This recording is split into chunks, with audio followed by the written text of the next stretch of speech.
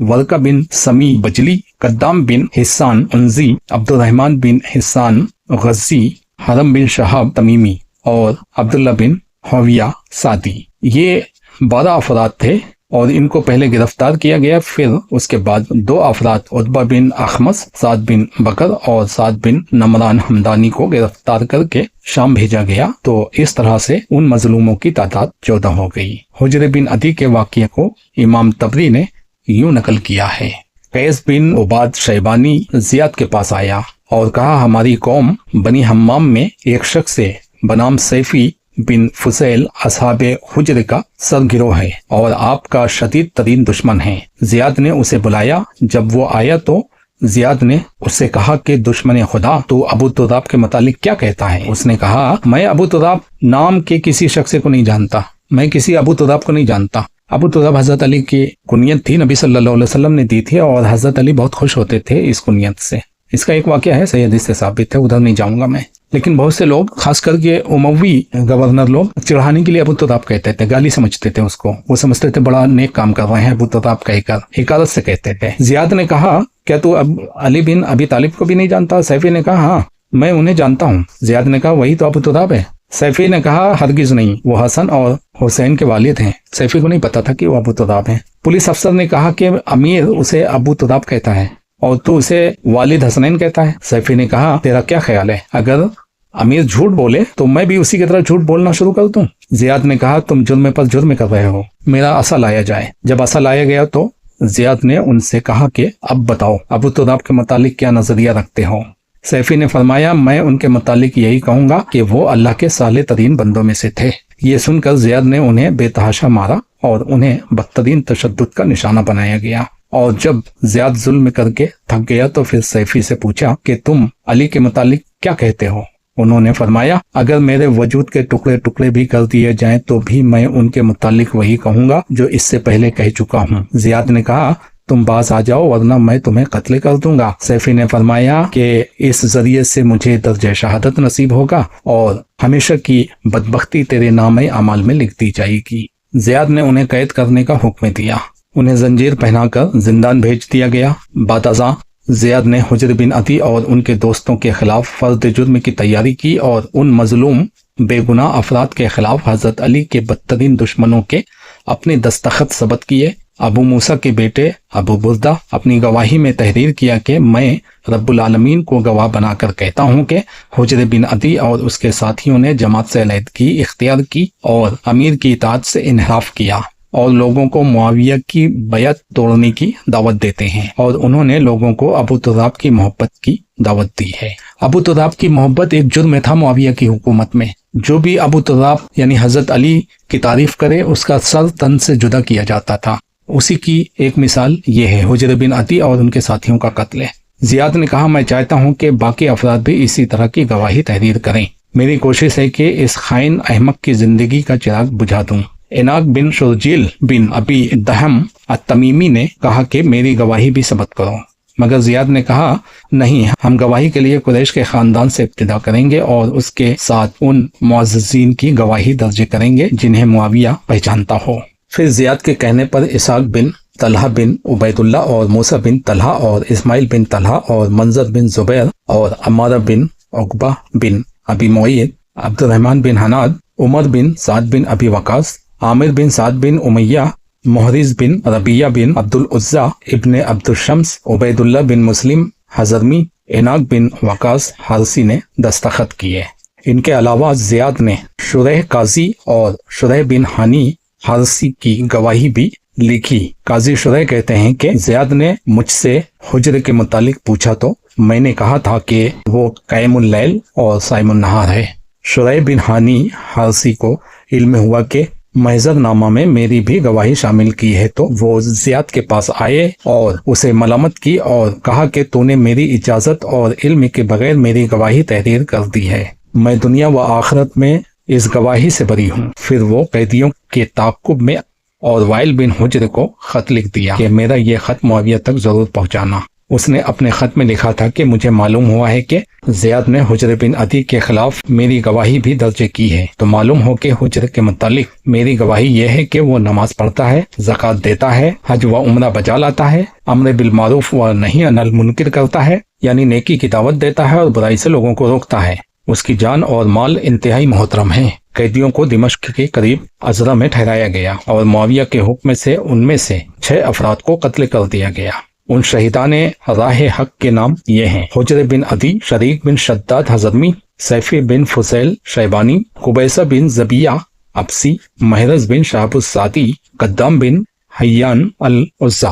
اس کے علاوہ عبد الرحمن بن حسان انزی کو دوبارہ زیاد کے پاس بھیجا گیا اور معاویہ نے زیاد کو لکھا کہ اسے بدترین موت سے ہمکنار کروں۔ زیاد نے انہیں زندہ دفن کرا دیا۔ تاریخ طبری جلد 6 صفحہ 155 میں یہ پوری ڈیٹیل آپ کو مل جائے گی۔ حضرت عائشہ نے جس وقت ان کی گرفتاری کی خبر سنی، اسی وقت انہوں نے عبد الرحمن بن حارث کو معاویہ کے پاس بھیجا تصدیق کے لیے۔ معاویہ نے جواب دیا، میں کیا کرتا، ان کی بڑی شکایات آ رہی تھی اور لکھا جاتا تھا کہ ان قریب یہ لوگ ایسا رکھنا پیدا کریں گے جس میں پیوند لگانا مشکل ہو جائے گا، اس لیے میں نے قتل کر دیا۔ جیسا کہ جنگ صفین میں جب یہ خبر معاویہ کو پہنچی کہ حضرت عمار بن یاسر کو معاویہ کے لشکر نے شہید کر دیا، تو معاویہ نے کہا، ہم نے عمار کو کب قتل کیا؟ عمار کو نہ علی ہمارے نیزوں کے سامنے لے کر آتے نہ وہ شہید ہوتے۔ یہی طرز عمل تھا، یہی بات کرنے کا طریقہ تھا معاویہ کا، کٹ حجتی۔ جیسے نمرود کہتا ہے نا، جلا اور مار تو میں بھی سکتا ہوں۔ ابراہیم نے کہا تھا کہ میرا رب وہ ہے جو جلاتا اور مارتا ہے، تو کہتا ہے جلا اور مار تو میں بھی سکتا ہوں۔ قید خانے سے 2 قیدی کو بلایا، جس کو موت کی سزا تھی اس کو زندہ چھوڑ دیا، جس کو آزادی کا حکم ملنے والا تھا یعنی آزاد ہونے والا تھا اس کو موت کی سزا دے دی۔ بولتا ہے دیکھو جلا اور مار تو میں بھی سکتا ہوں۔ سیم وہی کرتوت معاویہ کے تھے۔ حجر بن عدی کی اولاد، حجر کے 2 لڑکے تھے، عبد الرحمن اور عبداللہ، لیکن یہ دونوں عبداللہ بن زبیر اور امویوں کی ہنگامہ آرائیوں میں مصعب کے ہاتھوں قتل ہو گئے۔ مستدرک حاکم جلد 2 میں یہ ڈیٹیل ملے گی۔ حجر بن عدی کو ادرا یا ازرا، اس کے 2 نام ہیں، چینج ہوا تھا نا نام۔ ان کی قبر ادرا میں تھی۔ ادرا جو ہے دمشق کے قریب ایک مقام کا نام ہے، پہلے اس کا نام ازرا تھا، ابھی ادرا نام سے اس کو جانا جاتا ہے۔ وہاں پہ حجر بن عدی اور ان کے بیٹے کی قبریں تھی۔ قبریں ایک مسجد کے اندر تھی، ہو سکتا ہے بعد میں مسجد بنا دی گئی ہو وہاں پہ۔ مئی 2013 کو دہشت گردوں نے مسجد اور قبریں بارود سے اڑا دی اور قبر کو کھود کر جسم کو نکال کر نامعلوم مقام پر لے گئے۔ وہ بھی ناز بھی رہے ہوں گے۔ پھر ان کا حشر بھی تو ویسے ہی ہوا جیسے انہوں نے کیا تھا۔ اموی حکمرانی میں جتنے ظلم اور بربریت ہوئی ہے نا، عباسیوں نے بھی اس سے بڑھ چڑھ کر ان کو قتل کیا ہے۔ قبر سے نکال کر پھانسی دی گئی تھی ان کو۔ جو اجلت انہوں نے کی تھی نا، ان کا کیا ہوا سامنے آیا تھا۔ یہاں تک کہ عوام الناس، امویوں کی عوام الناس بھی سلامت نہیں تھی عباسیوں کے حکمرانی میں۔ ہمارے اجداد بھی وہاں سے نکل کر بھاگے تھے، ہندوستان کا رخ کیا تھا، جن کی نسل سے ہم ہیں۔ ہم شاید سلفی اموی شاخ سے ہیں۔